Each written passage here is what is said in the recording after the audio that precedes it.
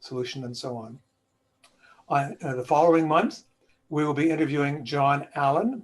John Allen is a former Canadian ambassador to Israel. John is Jewish. He's a board member of the New Israel Fund of Canada, which is a liberal Zionist organization. And I'll be talking to John about his view of a possible solution for Israelis and Palestinians. Our organization, OFIP, is not a liberal Zionist organization, but I've known John for 20 years. I first met him when he was #2 in our Washington embassy. John is a very thoughtful man, and I think we'll have a very interesting conversation with him on the 23rd of March. Next slide, please. So tonight, there is this short welcome by me that we're doing. I'll give a little bit of a background on the issue that we're going to discuss tonight. Then we'll introduce Phil and Leah Tarachansky, who is a journalist, Canadian, Israeli. Leah and I will be having a chat with Phil, kind of like a dinner table conversation, where we'll ask him questions about what he thinks is going on in the US in a post-Trump, pre-Biden kind of world. And then we will turn the last half hour over to questions and answers from the audience. We have a full quota of 105 people on the line right now, but it is also being live streamed on Facebook. And so I know that there were something like 600 people registered for this webinar. Next slide, please.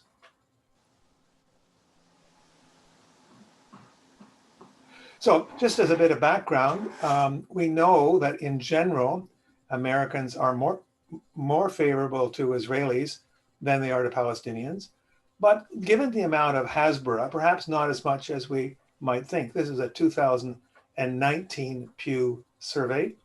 And you can see that 64% of Americans view Israelis favorably, but 46% view Palestinians favorably. When it comes to their views of their governments, however, the division is more stark. Can you give me the next slide, please? And please put it on full picture rather than just half slides here.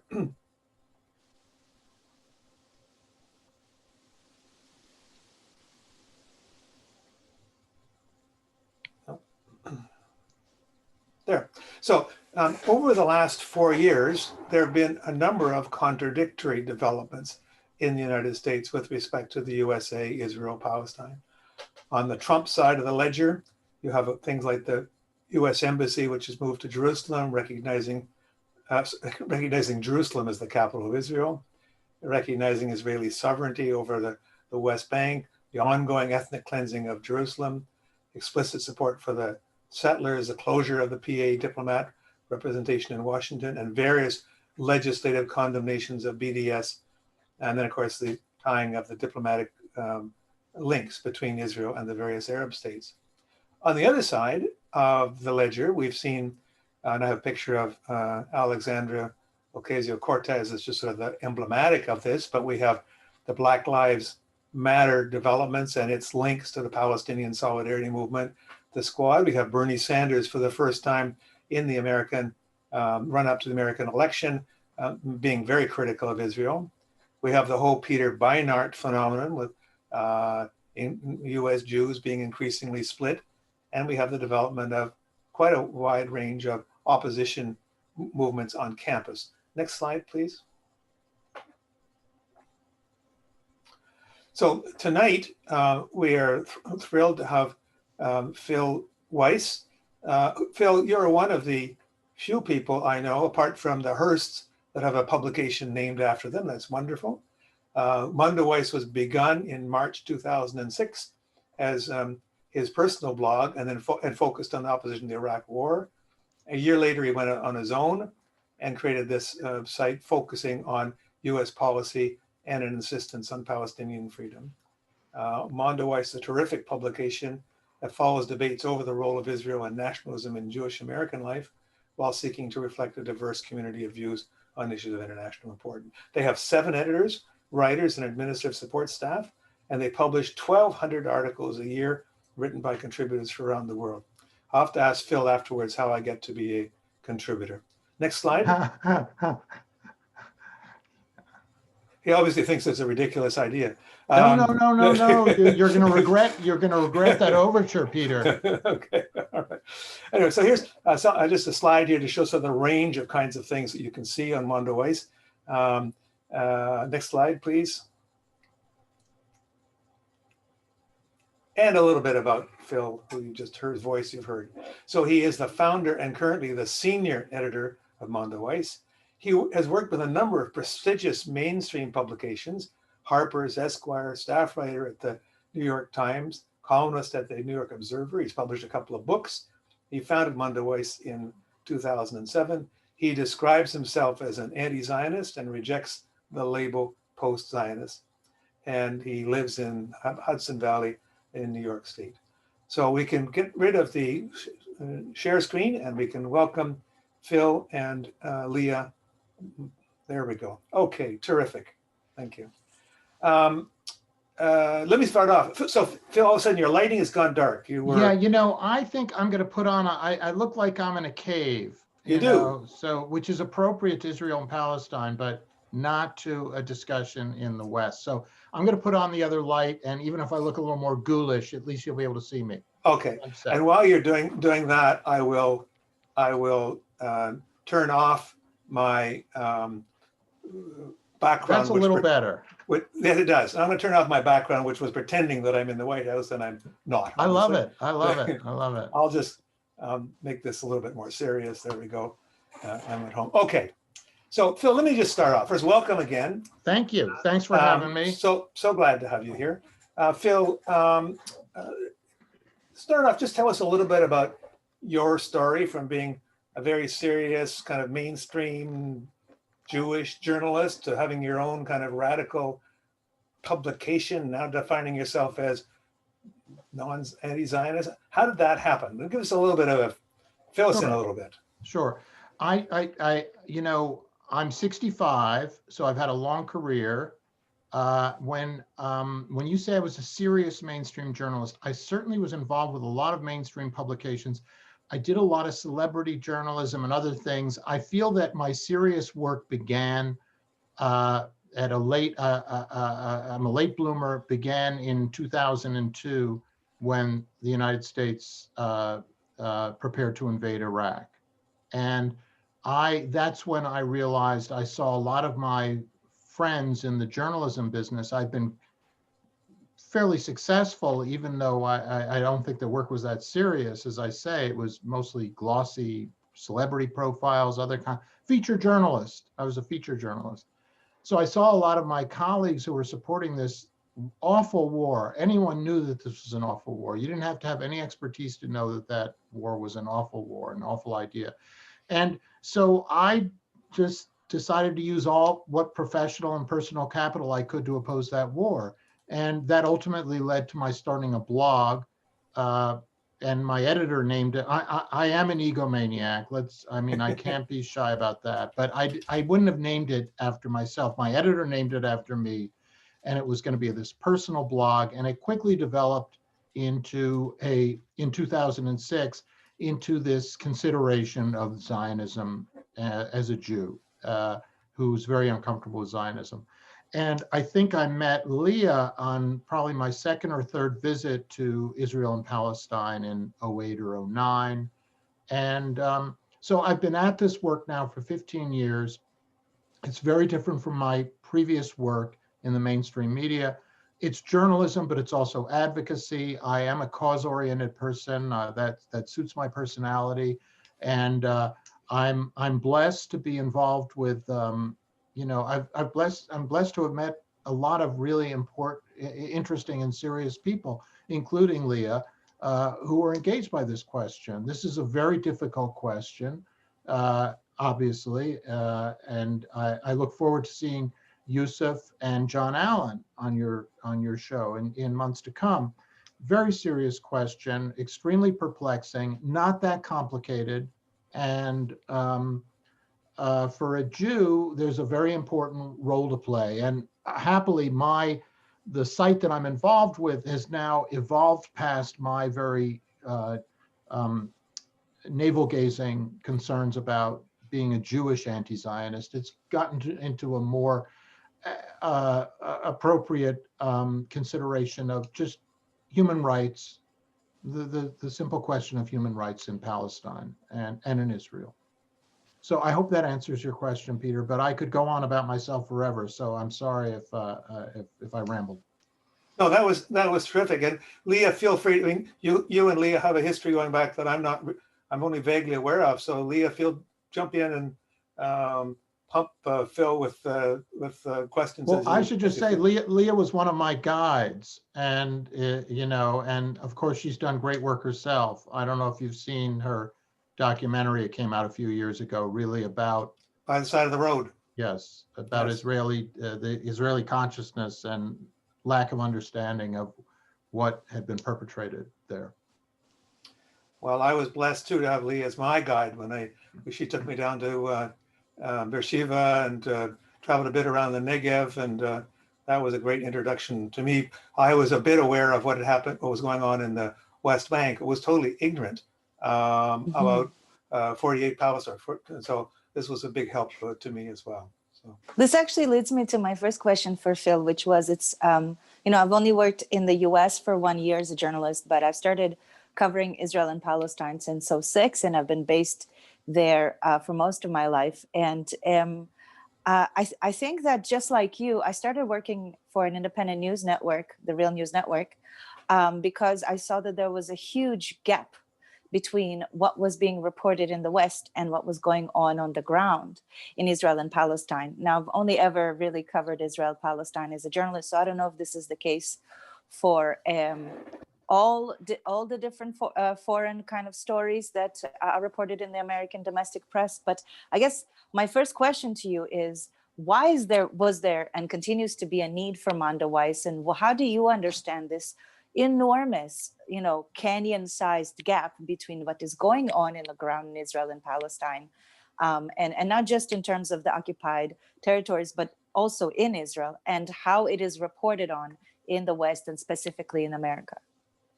Thanks, Leah. It's a very big question, obviously, and it's sort of the central question. So let me take it apart a little bit and try to address it in a couple of parts.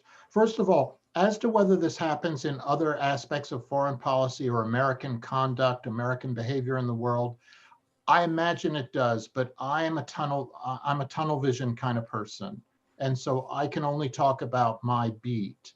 And so with respect to what this gap that exists in the American understanding of what is going on there and what the reality is, and the necessity for the work that I do, and I'm not trying to put on airs here. I have long hoped that I would become obsolete. That, and I'm sure, Leah, you've had similar feelings. We hope that the day will come when certain attitudes are so reflected in mainstream reporting that we are regarded as pioneers who help bring this awareness to a wider audience, and then we're no longer necessary. We were the pioneers, as I say. I think that day will come. But to address your point, why is this? Or how big is that canyon and why does it exist? I think the why is a very hard question. Today, Tony Blinken, who is Biden's nominee to be Secretary of State, was talking to the Senate about he's seeking confirmation as he will get confirmation as Secretary of State. And all the questions that came up about Israel and Palestine were totally divorced from the reality. They were all about preserving a Jewish state through a two-state solution. That was the mantra that Blinken said. We want to preserve a Jewish democratic state by having a two-state solution. Now, anyone who has been over there understands that there isn't going to be a two-state solution. I mean, it doesn't, the possibility is so remote. It's like, as a friend said, the likelihood that you're going to fly to Mars tomorrow. I mean, you have that one state, one government that controls the entire territory, which is not that large a country, and that has thoroughly taken its population and moved it into the occupied territories, 700,000 of its citizens in the occupied territories, separate laws, but total infiltration of that other territory. The idea of partition, which began with a 50-50 swap, roughly, I mean, actually 56% for the quote unquote Jewish state. Now that Jewish state has 78% plus, closer to 85% of the actual territory. So the idea of partition is very difficult to even contemplate, and yet American politicians swear by it. And Tony Blinken today that was the idealistic position, was supporting a two-state solution. And so And the journalists? I'm sorry? And the journalists? Oh, you mean how the journalists imbibe this too, and mainstream journalists will reflect this too, and will say, oh, he's for a two-state solution. Good liberals in America are for a two-state solution. I think that the awareness is beginning to break in. I mean, I think that everyone on this, who's pictured in this call right now, are people who have wrestled with this reality. And that reality is beginning to break in America, but it's beginning to break in at the fringes. And I don't know, Leah, what you've observed, but certainly 10 years ago, it would have been hard to imagine Congress people like Ilhan Omar and Rashida Tlaib, who are espousing BDS, who are talking about one state, where people are talking about the struggle for equal rights, even if they're not for one state as such. And so that reality, we didn't think that they would be in Congress. They're in Congress now, and they're inside the Democratic Party. So this awareness is it's increasing, but we have a long way to go. So we hear a lot about, sorry, Leah? I just wanted to follow up. Okay, Sure. I got something to follow up too. You go ahead. Iman, I sent you a graph, and I think one of the biggest problems with the way that we're talking about it is that we are focusing on, that's actually not the graph, it's on page 52 of the report. We're focusing on a solutions-based coverage, whereas I'm talking about the reality of what happens every single day in Palestine. That is not being reported, right? Even when we're talking about Israel-Palestine, we get into the debate of one state or two state and so on and so forth. We're still talking about something abstract. I'm talking about journalists doing their job and covering what's going on the ground. And the reason I wanted to share this particular graph from the Institute for Democracy in Israel is because it shows Israelis' trust in their state institutions and the various institutions of government and the public. And we see that the media is quite low on the list, low, much lower below the army, the government, various parliaments, police, and so on. Now, this is not by accident. This has been the work, a very meticulous work of Prime Minister Netanyahu and before him. Many different reasons contributed to this. Thank you very much for this graph, Iman. But you in America have had a similar kind of attack on the press. And, I entered this profession long before Trump. And I've seen even when there isn't an attack on the press, they were not doing that job. They were not reporting on the reality in Israel and Palestine. And now that added to that is this massive coordinated attack on the media. I was wondering if you can talk about these two forces and how they contribute to coverage in the US of Israel and Palestine. Well, Leah, first I'd ask you, you see that we're looking at that 36% trust number in Israel. I guess it's Israel. Yep, in Israel. And remarkably, both Palestinians and Jews inside Israel seem to share that 36%. What do you imagine that number is in the United States? I'm curious.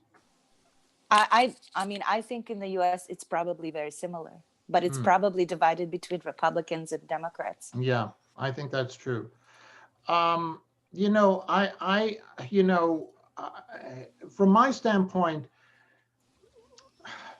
I think that the media reflect here as to the question of what is actually going on in Palestine versus this discussion of solutions and 2 states, 3 states, one state. The media here are reflecting the fact that this is this giant, intractable problem. That's the way Americans look at Israel and Palestine.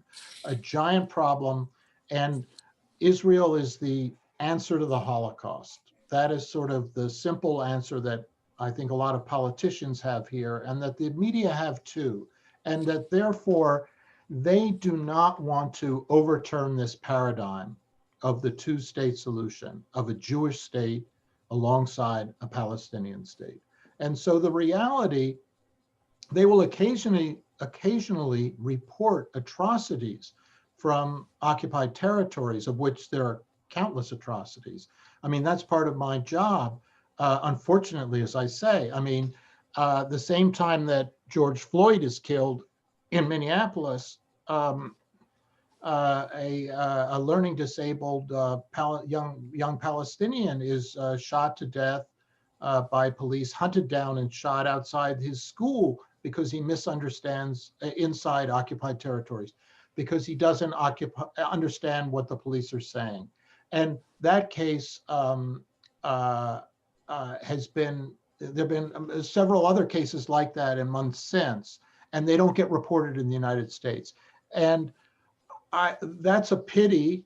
And even when they do get reported, it's never reported in terms of this sort of systematic abuse and repression of Palestinian rights. Palestinians have no rights in the occupied territories, and they have limited rights inside Israel. I think that it's very hard for people to reflect this reality because, again, it's here it does reflect America's myths about itself, in that we have, the United States has a mythology about itself that's a very idealistic and romantic mythology about being a great democracy. And, you know, I grew up with that. I partake of it. I could espouse some of that myself, but it's related to the Israel situation in that there's a mythology about Israel as a robust democracy, the only democracy in the Middle East. And Americans have largely accepted that. And they feel that because of the Holocaust background and because of the effect of the Israel lobby inside American politics, they feel that if they somehow removed the Jewish state or delegitimize the Jewish state, that there would be chaos and Jews would be pushed into the sea and slaughtered in Israel. I think that that is actually the fear and belief that exists among politicians, even ones who have been over there. They have been indoctrinated. They think that, as Sheldon Adelson said, the Muslims just want to kill all the Jews. Is that responsive to your question, Leah? Phil, maybe Leah, Jeff, I want to get onto it slightly. Go ahead. Yeah, okay. So I'd like to talk a little bit about where the contradictory tendencies you see in American Jewish society. Surveys show that Canadian Jewish society is much more conservative in general than American society. Canadian Jews go to Israel more, they spend more time there, they feel their identity is more, this is survey data, their identity is more linked with Israel than America. Our impression here is that in America, the divisions are greater, that there are more and more acute contradictions amongst American Jews. And it's hard for us to get a sense of which way that's going. So on the one hand, you have the AIPAC and all that stuff. On the other hand, you have Jewish Voice for Peace. And then in the middle, maybe this not be fair, you have the Peter Beinart kind of phenomenon. Can you give us your read of what's happened? What are the contradictory currents in American Jewish society, and which way it's trending based on what you see? Certainly. I think that we should begin by stating that traditionally the American Jewish community as an organized entity, and this is not talking about dinner table conversations or argument with the son or as an organized community, the American Jewish community has been monolithic in support of Israel for a long time. And that is the headline that really needs to be acknowledged. I don't think it's that different from Canada in that respect. And so I can look over at my shelf right now and I see a book from the 1970s about the American Jewish community and relationship with Israel. We are one, with an exclamation point, with no irony. That professor of Jewish studies, Melvin Yurovsky, would have said that with triumph. We are one. American Jews, Israeli Jews, we stand behind Israel as a Jewish state. So today, when one speaks of the now that has begun to change since the 70s. We are one reflected that those wars that Israel had reflected Holocaust consciousness in American life and in Jewish life of the 70s. It was a generation and more ago.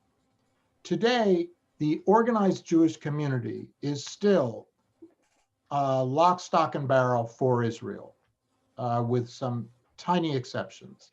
And you will find, if at a major synagogue on a forum on U.S.-Israel Jewish relationship with Israel, you'll have young liberal Zionists stand up and say 95% of American Jews are for Israel, support Israel. And I think that they are correct about that 95% of American Jews support Israel.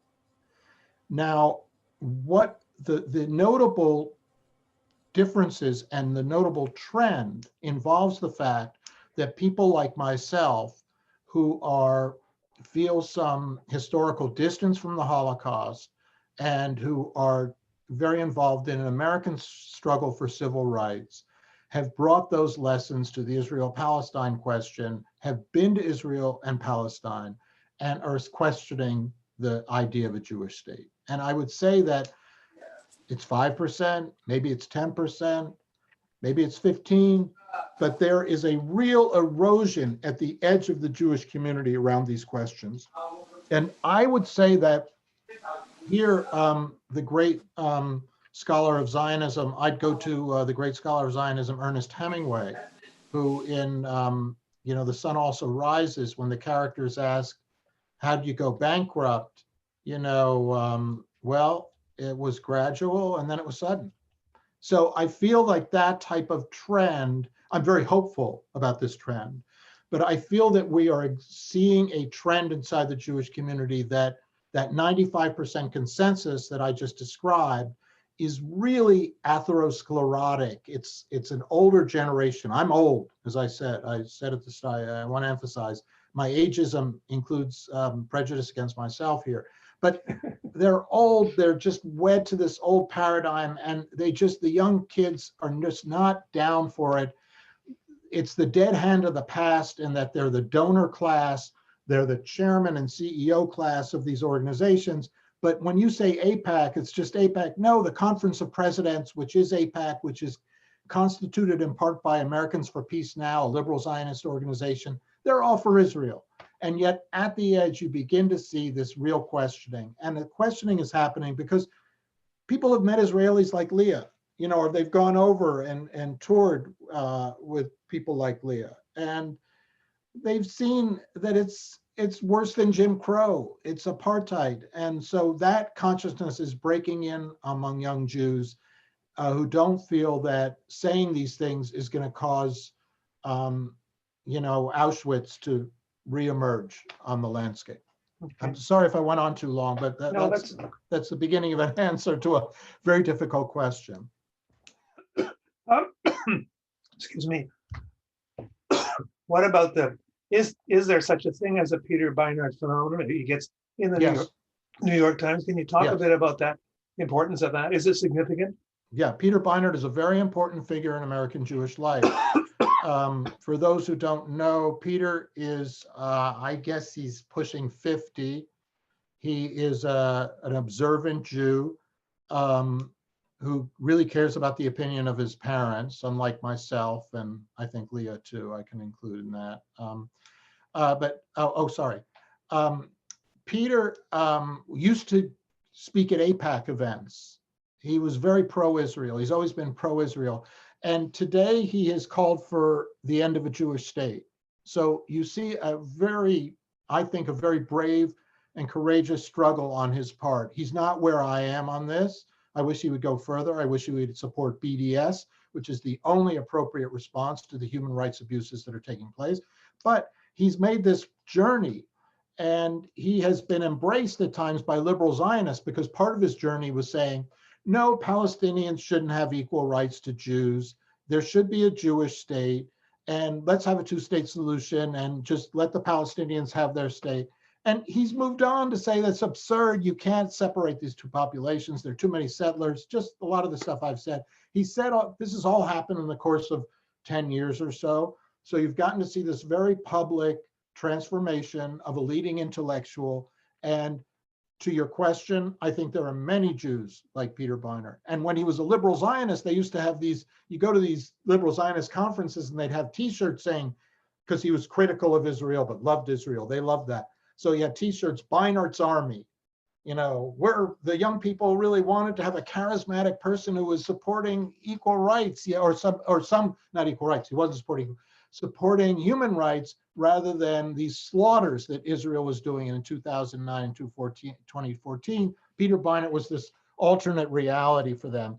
Well, Peter Beinart has now abandoned those organizations, left them high and dry.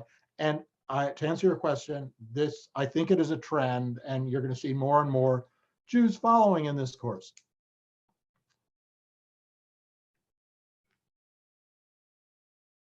I think you are muted now, Peter. But I like that because I can just hold forth for the rest of the time. So I think that one of the other things that is a huge difference between the generations is that my generation and younger have kind of seen the limitations of the soccer game approach to discussing Israel and Palestine, in the sense of, like, even the way that you put, they support Israel, they don't support Israel. When they do these surveys, it's not clear what that means. I mean, I'm an Israeli, I support Israel. Yeah. Do I support an apartheid system of law? Of course not. Do I support equal rights to everyone who lives in the territory? Of course I do. But these soccer game analogies of, like, we are the right ones, they are the wrong ones, that have infiltrated also the left for so long, and have led to a complete miscommunication and an abandonment of values. I think those are changing. And another thing that is a very big change, not just the understanding of the complexity of the situation and the simplicity of the situation, but also that my generation of Jews who are in the diaspora and also in Israel, when that hegemony that the institutions, the Jewish institutions have held, whether it's the Central Rabbinate in Israel, the Chief Rabbinate, or UJA here in Canada, or APAC in the US, they've had a monolith over what it means to be Jewish. Jewish means to support the Israelis, meaning Israeli government, meaning Israeli army, a very, very kind of blanket, hands-off support that didn't really go into details of what it means. When that hegemony was broken, a lot of Jewish people, especially my age and younger, have rediscovered their Jewishness and have given themselves the permission to explore their Jewishness in a way that's separate from Israel and from the institutions. And I think that is a huge revolution. It's a huge liberation for Jewishness in our community, because once we stop identifying our Jewishness with Israel only, we are free to reconnect with our 4,000-year civilization and everything that means, including, of course, justice and human rights, which we have a very long history of that. And I was wondering if you're seeing that as well. Well, Leah, I'm curious. I do, but I want you to tell me, how large a group is that? How when you say everywhere I go, it seems that it's just burning like fire everywhere. Like, I run a Jewish school here in Toronto. I didn't think that I would ever be in a situation where I would be in Jewish education. Wow. And yet it's everywhere I look.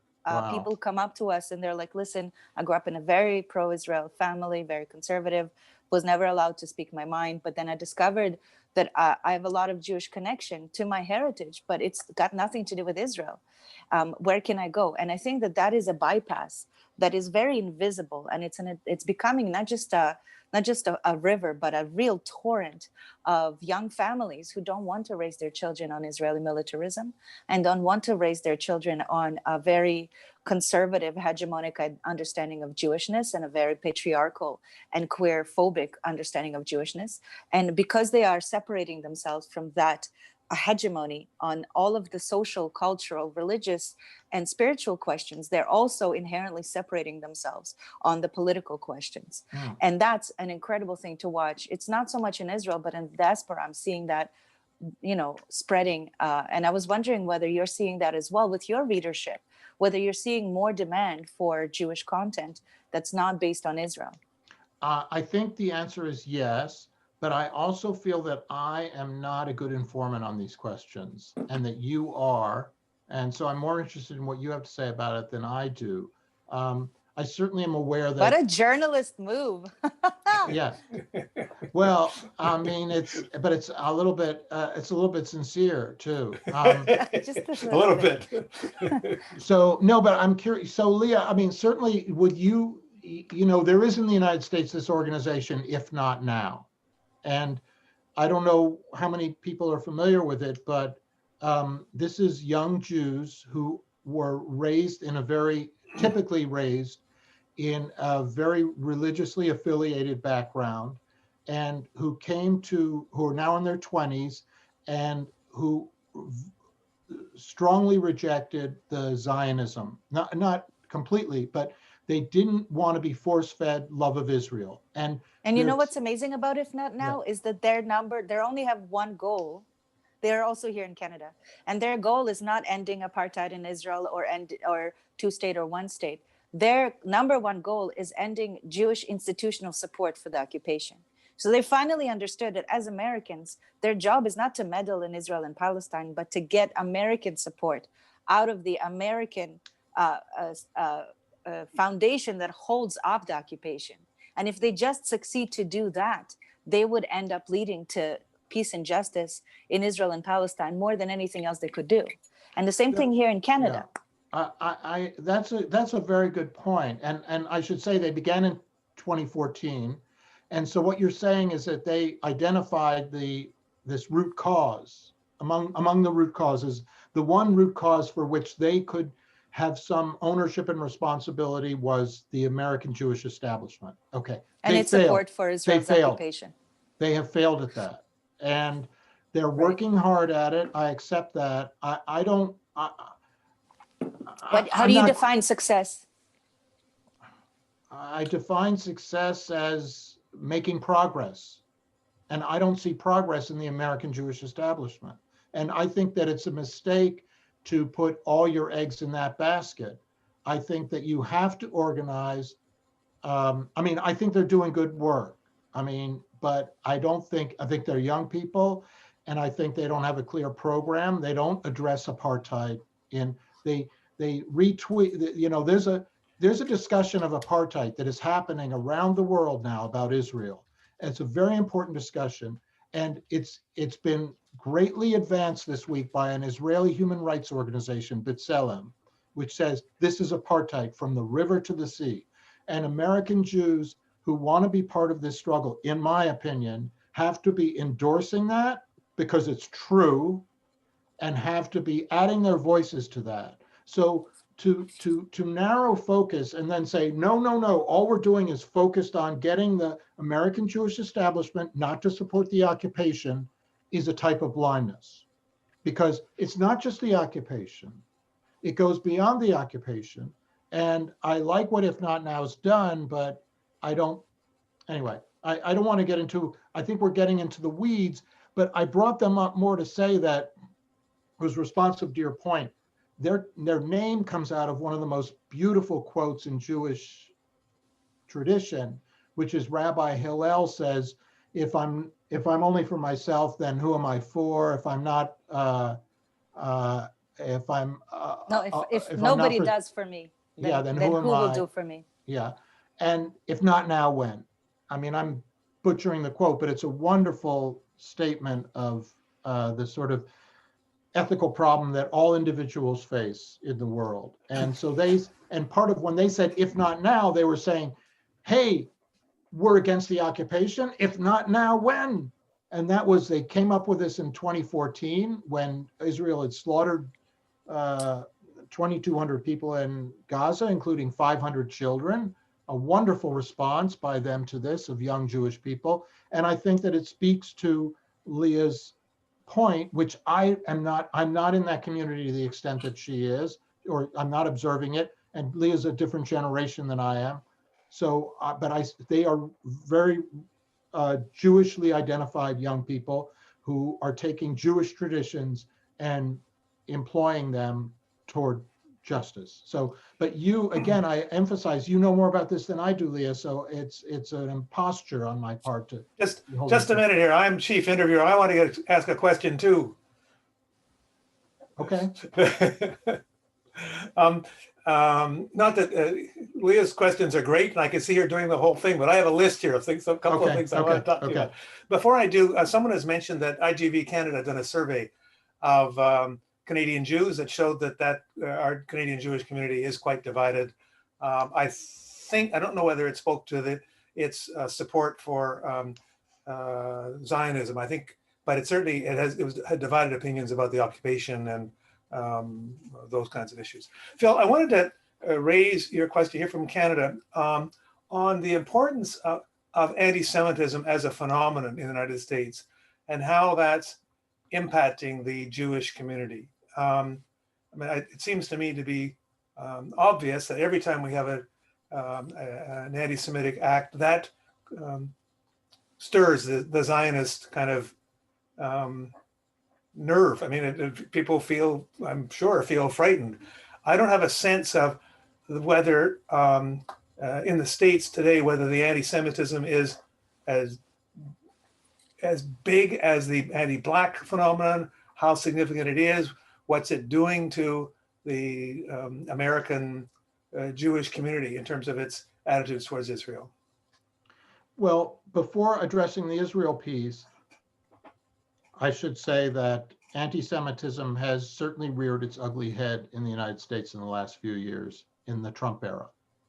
And one of the reasons that tonight and tomorrow are joyful days in the United States is that many Americans are hopeful that under Biden and Harris, there will be a new era in the United States, and that Trumpism, if it doesn't go away, it won't go away with a wave of a wand, but the Trumpism will begin to ebb from the public space. So anti-Semitism has been a prominent feature of Trumpism. I do not think it approaches the level of hatred and threat that Muslims and African Americans have felt, but certainly there have been massacres in Poway and in Pittsburgh, San Diego, the Poway in San Diego, and so in those cases, I guess, I mean, those were massacres. And there have been a lot of threats against Jews, and there's been a lot of anti-Semitic messaging in the last few years. So we have undoubtedly seen a recrudescence of anti-Semitism in a way that people like myself, who were saying years ago, anti-Semitism is no longer a factor in American public life, I was wrong. It still is an important, I wouldn't say major factor, but it's an important element of the American social mix, and it's a very scary one. Mm. That being said, it is also manipulated by Zionists to try to foster support for Israel, including saying that left-wing anti-Semitism is as bad as right-wing anti-Semitism. Right-wing anti-Semitism, which killed, I think, 11 people, was it, at Tree of Life Synagogue in Pittsburgh, that's killing 11 people is the same as joining a Students for Justice in Palestine chapter at a university. That's left-wing. So this is a completely bogus argument. Left-wing anti-Semitism, I certainly have seen some very virulently anti-Israel comments on the left. I've occasionally seen that blur into, blaming Jews, and talk about Jewish identity, talk about essential Jewish name. I mean, I've seen that in anti-Zionism, no doubt, but at the periphery. So I think it's a very confusing period. And I think that one of the great things about Biden coming in is that for the last few years, left-wingers like myself have been very involved with liberal Zionists in a joint struggle to get rid of Trump. And we sort of said, hey, we'll put aside I will put aside my differences over the Jewish state in order to deal with this threat to the American state. And so now that threat is an immediate threat of Donald Trump in the White House, as of tomorrow, will be gone, champagne, hallelujah. And we can begin to focus on the ways that the liberal Zionists are misrepresenting reality, misrepresenting apartheid in across the sea. Yeah. Okay. I hope that's responsive. Yeah, to your that's point. good. Thank you. I'm going to ask Leah to come back here in a second. I just want to remind people that put your questions up on the Q&A. Karen Walker will be looking at your list there, and we'll be pitching questions to Phil. We'll start that. We have about another 12 minutes of conversation here, and then we'll go to the audience Q&A. Leah, do you want to come back in here? You're muted, Leah. I wanted to follow up on our conversation about the press, since your primary role in Mondoweiss is being a journalist. I found it very interesting after I worked in Israel, Palestine for a bunch of years as a journalist and did all this stuff. And then I made the film, and I took the film on tour, and I went on 20 countries, and I spoke to activists in all these different places. And I found that there was this opposite effect. So while I became a journalist because I saw that there was a chronic, bewildering lack of coverage of Israel and Palestine beyond the talking points in the mainstream press, what I saw when I went on tour and spoke to activists all over the world, it's that they go to Mondoweiss, they go to The Real News, they go to Electronic Intifada, and of course 972 magazine, and that's only thing that they read. And in there, and so there's an opposite kind of matching effect of hyperinflation of certain voices and certain understandings that first of all is decontextualized from the region, secondly decontextualized from history, and thirdly is feeds back into this soccer match politics. And I was wondering whether you see the same thing, or maybe that's just something that I observed. And secondly, if you do, what do you see is a way for us to find an intelligent, analytical, dialectical medium where we're actually thinking through the ever-evolving problems rather than using the same mold to see the reality as it is unfolding? Leah, I'm just going to jump in. Just hang on for a second. I see some people putting questions in the chat. Put them in the Q&A. We're not going to respond to questions that are put in the chat. We'll respond to ones that are in the Q&A, please. Sorry. So Leah, I feel that's a tall order, what you laid out. It reflects your the size. You have a big brain, and your I don't want to hold a brief for journalism, because journalism changes. But when you say soccer match, it's very similar to coverage of politics that's called a horse race. They say, why are you covering politics like a horse race? Journalists have that very superficial element to their approach. So when you use the word dialectical about your expectation, your hopes for journalistic, what they can produce, I don't know if they're ultimately going to be sad. I feel that ultimately you are going to be engaged with more analytical thinkers, who will certainly be engaged with journalism.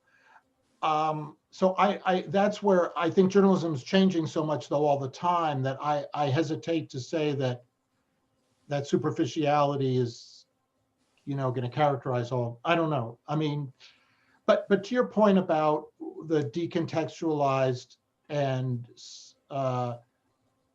place that people go to among activists. Yeah, I think that, I mean, from my standpoint, I think there's been a shattering because of the internet. It's shattered everything. And there's been great stuff that's come out of that. But part of what comes out of that is things like Parler, and Alternative Facts, where these crazy right-wingers went and they were in their own community and they fed each other their own information. I would I don't mean to analogize the left-wing discussion to that completely decontextualized discussion, but there are certainly elements in the left where we're talking among ourselves. And, certainly if you go to the left and people who are reading Electronic Intifada and 972, they have a rich understanding of what's going on over there. And sometimes that is detached from reality, and that they're not aware of, or they're not fully cognizant of the fact that huge percentages of the Israeli public would never contemplate, has no idea of what justice means. And even in the Palestinian public, according to opinion polls, there's large percentages that still want a Palestinian state. And certainly in the American political class, everyone is for a two-state solution. So I feel like these realities have to merge at some point before there's going to be an honest discussion of this. And I mean, to go back to the events that are happening in the discourse right now, and to the B'Tselem report, I referenced this earlier, this human rights organization from Israel said there's apartheid from the river to the sea. And, or I'm sorry, it's an apartheid regime because there's apartheid in the West Bank that it enforces. And the London Review of Books this week said, no, it's apartheid from the river to the sea because there's discrimination against Palestinians inside Israel. And Yesh Din, an Israeli human rights organization, said last summer, it's apartheid. And Palestinian organizations have been saying it's apartheid. So this discussion that happened in South Africa on the left among activists is happening now it's always been happening, but now it is really gaining traction. And today, Human Rights Watch even retweeted the report from the London Review of Books saying it's from the river to the sea. So you see even Human Rights Watch engaging this discussion. I feel like this is one way that the model for the left is that we have this discussion that feels like it's isolated and that we're all talking among ourselves, but that we break through, and that I think is the model. I've been going all over the plot with your question, Leah. I'm sorry if that's not fully responsive. But to your point and to Leah's point, I did a blog post this week on the B'Tselem report and so on, talking about, is it fair to call Israel an apartheid state? And I had lots of people write in and say, well, the debate's over. Well, the debate's over for people like Leah and me and Phil, but it's not over for the great mass of Canadians for sure. And we have to find a way to carry that debate forward. It's a bit of a narrowing vision of the world to say, well, the debate's now over. It is, but I mean, I think that the reality that these people reflect when they say that is one that, I mean, I can remember traveling through Kalandia checkpoint with Leah. When you're there, the debate's over. I'm sorry, I don't, so that's why they say this, that this reality is so enormous, that the enormity of the abuse is so profound and oceanic and inarguable that you are shocked that there would be a debate about this in the United States. And one of the things, but the point is that. But I accept your point. I take most people still don't agree with us. I mean, of course.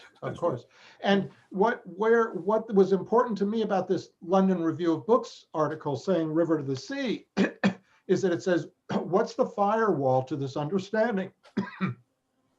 The firewall is liberal Zionist organizations that have been there and they know it, but they can't let this awareness creep in over here. So there's a real struggle now with liberal Zionists, and that's part of my, you saw my anger rise about if not now.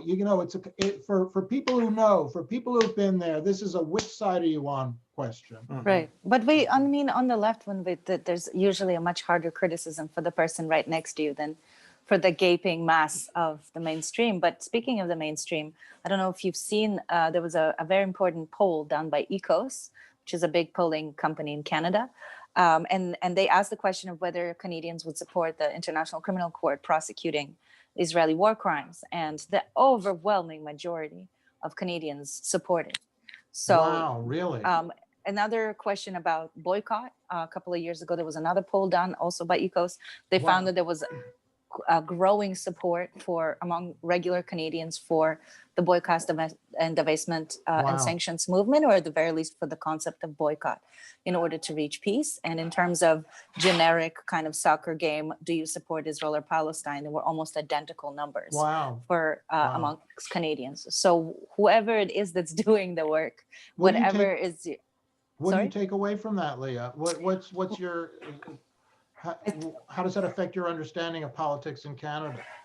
Well, what I take from that personally, it's that there's a very big difference between politics in Canada and politics in America. Israel is very similar to America in the sense that Israelis are very political people. We're always reading the press, the news. Every bus is always playing the, news radio in the background. There's the news on every screen in every coffee shop. We're very political people, and everyone has an opinion. And if you sit down with Israelis and you don't use antagonizing language, you will find a lot more in common than you think. With Canadians, Canadians are much more similar to a very kind of conservative shade of British, in the sense that the discussion of politics is considered quite taboo.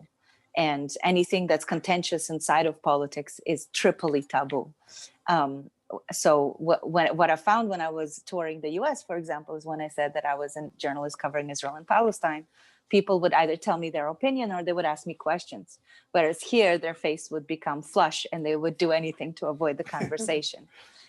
So that's one thing. But another thing, I think it's that the Canadian press, as critical as much as it deserves criticism for certain things, has been doing a much better job than the American press in covering what actually goes on. Obviously, not nearly as much as it should.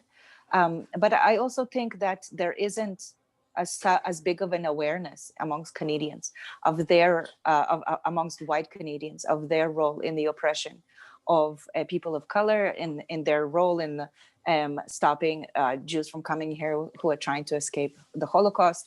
They're not taking as much responsibility for Canadian roles in slavery, Canadian roles in Indigenous genocide, Canadian roles in propping up white supremacy. So there isn't a constant questioning of whether I have a responsibility as a white Canadian towards I'm sorry. something.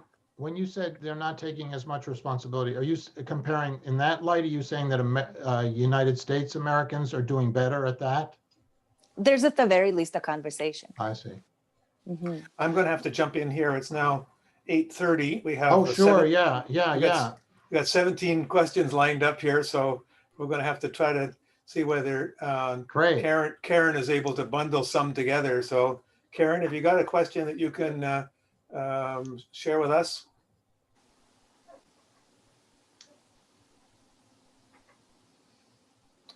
Karen.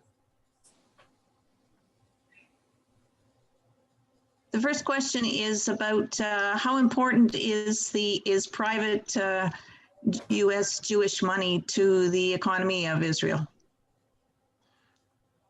It's a great question. I don't know.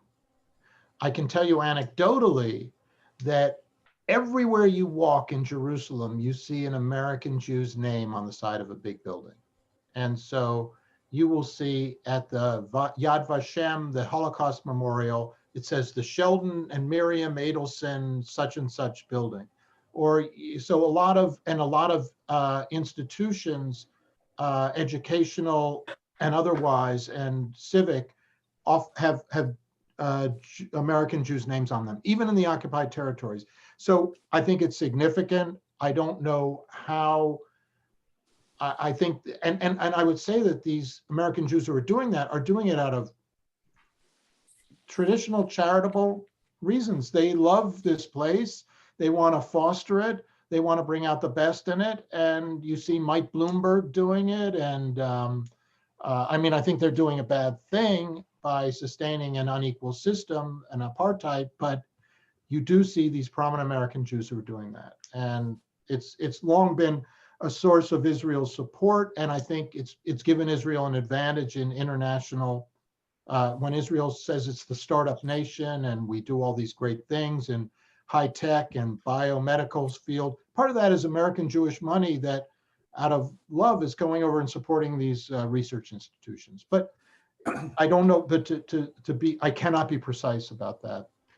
I'm sure that the Canadian money is much less, but when you walk around that square, I see the Dan family and the Pekins. There are a number of very well-known Canadian Jewish families that have also made contributions as well, though probably in a more modest Canadian amounts. Karen, another one? Does it really seem to you that Harris Biden are going to move the needle on Israeli policy? Do you think that they'll even move the embassy back? I personally see no sign of any substantial change in policy. Well, let me answer the last part of that question directly. I just heard Tony Blinken, who was the Secretary of State nominee, being grilled by Ted Cruz, the one who fostered this Capitol Hill riot last week, the senator from Texas. He said, do you agree that Jerusalem is the capital of Israel? And do you commit to keeping the embassy of the United States in Jerusalem? And Tony Blinken, the Secretary of State to be, said yes and yes. So that embassy is not leaving. Will the Biden-Harris administration move the needle? I say it will, but I'm always hopeful. I feel there will be confrontations with Israel over its settlement policy. I feel that the understanding that it's apartheid will inevitably begin to break into the Democratic Party.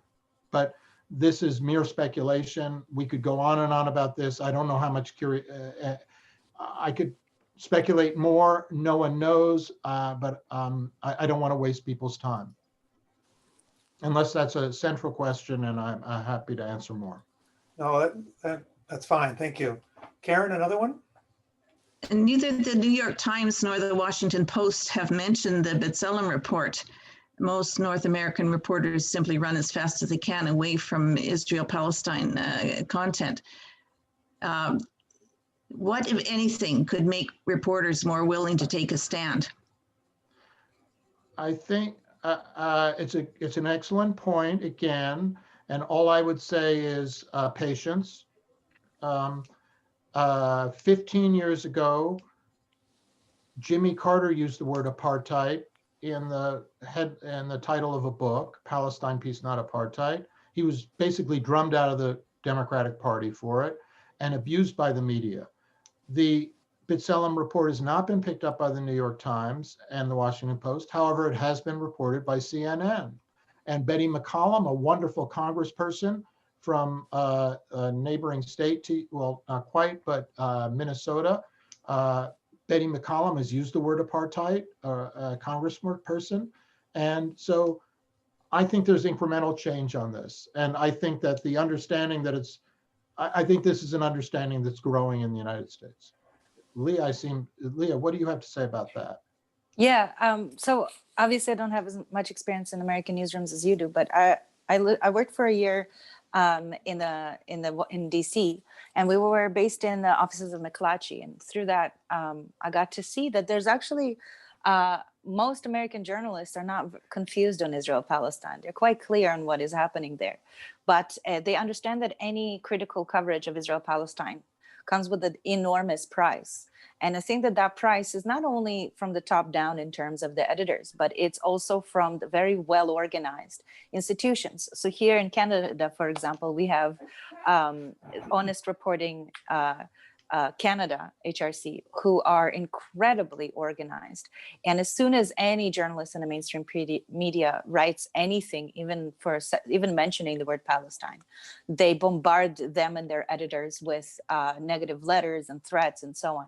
And they have the ear of politicians. And so the same thing happens in the United States. So there's a very big price. I don't really blame the journalists as much as I do this system that exists that allows for the right wing to influence from the bottom and from the top, the silencing that causes self-censorship amongst journalists. Yeah, I once talked to a well-known Canadian journalist here who said that if you're covering lots of different topics, you want to think twice before you say anything critical of Israel, because you're going to get a whole raft of complaints. It's going to go to your bosses. They're going to be asking you for explanations. So you end up spending hours and hours and hours justifying it. And it's better just to avoid it, except on very rare occasions. That's right. Karen? Why is the Zionist lobby so successful in the US? Well, that's a good one. I think that there are a number of reasons that it's so successful. One is that the Republican Party and the evangelicals are supportive of Zionism they share that ideology. On the Democratic side, they're so successful because I think American Jews are a central part of the coalition that makes up the Democratic Party. John Ossoff just won the Senate in Georgia. You may know that Ossoff and Warnock are this Black and Jewish pair who are coming to Washington and giving Biden a majority in the Senate. And Ossoff gave a speech last night all about this is the great Jewish-Black alliance that has changed America. So he is accurate, I believe, with respect to the Democratic Party. Blacks and Jews are an essential political constituents, stakeholders in the Democratic Party. And those Jews have been overwhelmingly supportive of Israel, and Warnock and Ossoff have both been really supportive of Israel in that soccer game way that Leah describes. Beyond that, I think that the Zionist lobby has been effective because Zionism was seen as a positive thing, and the UN resolution of 47, which divided the territory, was a yielding to Zionism after the Holocaust. And that kind of great historical resolution has influenced America, and so it was receptive to the Zionist lobby. I do think the Zionist lobby corrupts politicians. It's very effective.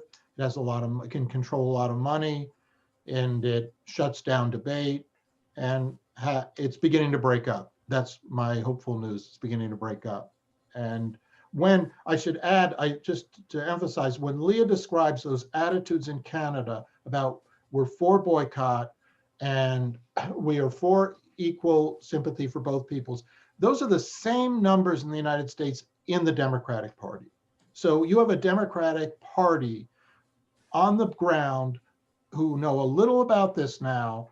My friends, your friends, whatever, the young Democrats, they get it. It's not that hard. And they are open to the idea of boycott. And so that is a very powerful and very difficult constituency to handle if you are the Zionist lobby, because they make up the base of the Democratic Party. Leah, do you have another question to ask? I want to ask Phil one here, but you want to jump in? You okay? Phil, I'd like to ask you a bit about BDS, and particularly about whether or not, and I'm going to annoy some people by asking this question, but is it making progress? We see BDS on the one hand, we see all these attempts to make it illegal or condemn it and so on. On the other hand, we see student movements supporting it. But is it clear to you that BDS in the last 3 or 4, let's say during the Trump period, has actually made progress, or is it stalling? What's your assessment? Well, let me emphasize that the person that you are interviewing tonight is a very positive person. I am not given to doomsday or pessimistic proclamations. It's unfortunate temperamentally. That's where I go. I It's a good thing. I think it is good in a lot of ways. But to be specific, so I think that I think it undoubtedly has made a great deal of progress. I think it's a wonderful movement. I don't know it well enough. I know there are a lot of criticisms. I think it has been enormously successful. And one evidence of that success is that today, again, Tony Blinken was interviewed by the Senate to be Secretary of State, and he was asked about BDS. Now, 4 years ago, 8 years ago, I don't think he would have been asked about BDS. So there's a lot of recognition of what BDS is. It's bad. It's so bad. according to Tony Blinken. Well, I don't like BDS. We don't like it. I'm with Biden. Let me make clear. Yeah, go away. I mean, I just think that the awareness of BDS and the mishandling of BDS by these people who hate it. I mean, that you have 28 executive orders against BDS, which are clearly unconstitutional. Even Blinken today said, you have a free speech right to endorse BDS. And so all these executive orders against BDS are going to be overturned and then in time. I think that there's just this big struggle that's happening now over BDS in the American political discourse, and that's great. We used to be totally marginalized, and now Congress people are discussing it. And the more people understand what it is, BDS is, among other things, when you can't not have a discourse and a discussion of apartheid, which is beginning to happen on CNN, not in the New York Times, beginning to happen among a few Congress. You cannot discuss apartheid without discussing BDS. How? You can't. It's the cart that follows the horse. So I'm not worried about it, Peter. But I think it's made great strides. Okay, great, thank you. Karen, you got one or two more there that we can fit in before I move to wind up? Wow. Okay. How can we educate the American people about the Israeli-Palestinian issue? I think there are a tremendous, and Leah would understand this too in her own way. I think there are a tremendous amount of resources out there that you can send them to, and people who I think don't, if you piled up all of the books and reports, you could probably reach the moon. right? Yeah. So it's out there. I feel that this is not a question about the neighbor. It's a question about politics. And I think it's, this is why they call these things a struggle. The desegregation was a struggle in the United States. Against Jim Crow was a struggle. Apartheid in South Africa, that was a struggle. It went on for 50 years or so. I mean, so this is a struggle too. And a struggle involves hard work. It involves, not screaming at people sometimes, trying to reason with, Leah, what do you say? Well, I think that's the $64 million question. But I think that there's a lot of big picture things we could be doing. But I think in terms of, if you're a very positive person, I'm a very positive, practical person. So for example, I think in Canada, we are very, very late to the game in terms of the work of CIJA and Honest Reporting Canada. So CIJA is the major, like the Canadian equivalent of AIPAC, kind of. It's the major pro-Israel lobby group in Canada. Yeah, and one wonderful thing that I can say for sure, working in a Jewish institution in Toronto, is that there's a growing, swelling frustration in the Jewish community, which in Canada, it's incredibly centralized. Half the Jews in Canada live in Toronto, and they're all affiliated and they're very centralized. But there is a very growing frustration with the big institutions such as CIJA and the UJA, which is a good thing. But I think, if we had a Honest Reporting Canada of our own, that could have gone miles in terms of protecting journalists. For every 100 letters that they get complaining that they use the word Palestine, if they got 200 letters complaining that they don't use the word Palestine, it could have at the very least been one effective way. But I think, Canadians do a lot to self-educate. There's constantly tours and webinars like this, and OFIP does a lot of things. As you said, there's a ton of documentaries. I think that there's no lack of resources. There's a lack of understanding.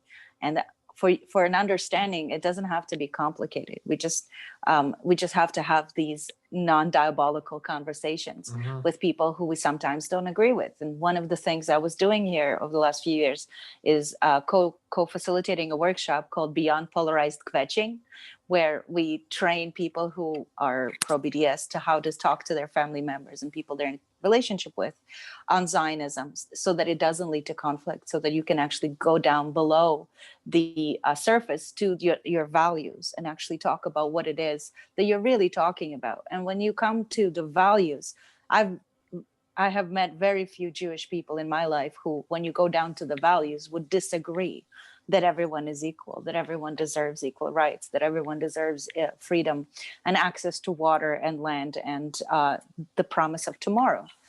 So I think that when we focus on that, we can have much better conversations. And when you have better conversations, you have deeper understanding. And is that, when you describe those discussions, that's a Jewish discussion you're talking about with talking to the relatives, is that right? Not only, but also, we also do one across that's interfaith and non-faith-based. Yeah. Karen, I think you can put up one more question here, and then we'll have to move to our wind up. Do you think there is any possibility that Biden or Congress will withhold some funding from Israel if Israel continues with annexations? That, of course, thank you, Karen. I didn't cut you off, did I? That, of course, is the $3.8 billion question. I think that's everything. And I think that the answer is yes, that ultimately the United States will have to sanction Israel. I don't know when that's going to happen. Biden-Harris, when you say Biden-Harris, that gives me 8 years to be right, I think. I feel like, again, I go back to the Hemingway. I think this could happen faster than people say. And today, Tony Blinken was saying, or some senator, a Democratic senator was saying, you know, we can't have our U.S. aid going to human rights abusers, you know, elsewhere in the world. And it's kind of like, yeah, I get that. Well, an American-made gun was used by an Israeli soldier to kill a 15-year-old boy protesting settlers taking over his village land in occupied Palestine. This happened last month. And where is the outrage? I mean, this kind of thing happens almost every week. I mean, this case was a particularly glaring one. And who talks about it? Betty McCollum, the congresswoman from St. Paul, says this is U.S. aid being used for human rights violations. So that discussion, I get upset because just to see a picture of young Ali Abu Aliyah is to see a young innocent person cut off from what might have been just cut off at 15 because he wanted to killed because he didn't like settlers taking his village lands. It's just a horrifying case, and there's been little coverage of it in the United States, and yet it's this type of case. The only answer to that is to cut off American aid. And the reason I'm hopeful that will happen is because, again, this, as Leah mentioned, the Canadian electorate, the Democratic Party base knows this is happening, and they are open to the idea of sanctioning Israel. And so this discussion is going to begin in earnest inside the Democratic Party, I believe, hopefully, and ultimately there will be some penalty for these human rights abuses. Okay, for the people who asked questions and didn't get answers, we will capture all those questions and send them along to Phil and see if we can do something with it. Don't go away, Phil and Leah. I just want to remind everybody about our upcoming webinars on February 24th with Youssef Munir. Youssef is one of the early Palestinians to be talking about a one-state solution. We're going to be talking to him about why he thinks there hasn't been more uptake on that within the American Palestinian community. We're also be asking him what he thinks is the appropriate way for us to interpret and act with respect to the Palestinian Authority. And on March 23rd, we're going to be talking to this man, John Allen, who is a liberal Zionist, very thoughtful man, the kind of person that I think we need to be having conversations with. And I think this will be an interesting conversation. Next slide, please.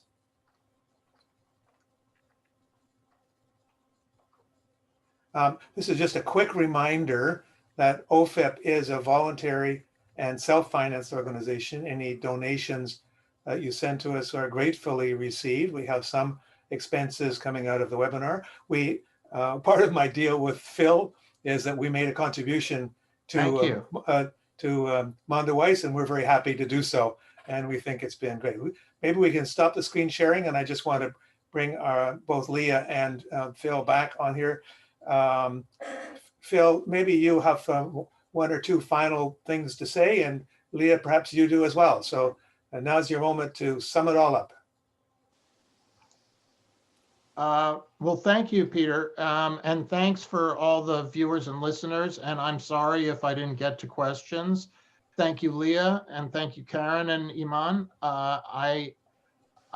You know, I just to conclude, I'm a positive person, as I've said, and I think that one of the shocking things about listening to Tony Blinken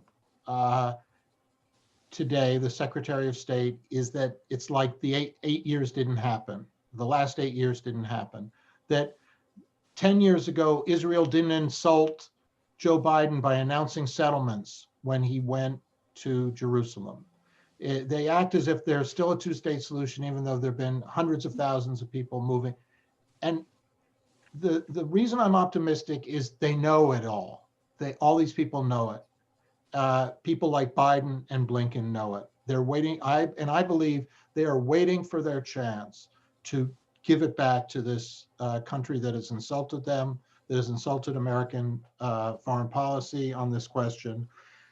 I think that's going to start to happen. I think they're going to choose their opportunities, and I think they're going to be mobilized by, they're going to be enabled by a Democratic base that is increasingly aware of these questions. Thanks in part to Leah, to myself, to OFIP, when we talk about a struggle, a grassroots struggle, that's what it means. It means people engaging in these types of forums, sometimes very small. This is a very large one, but 20 people, 10 people.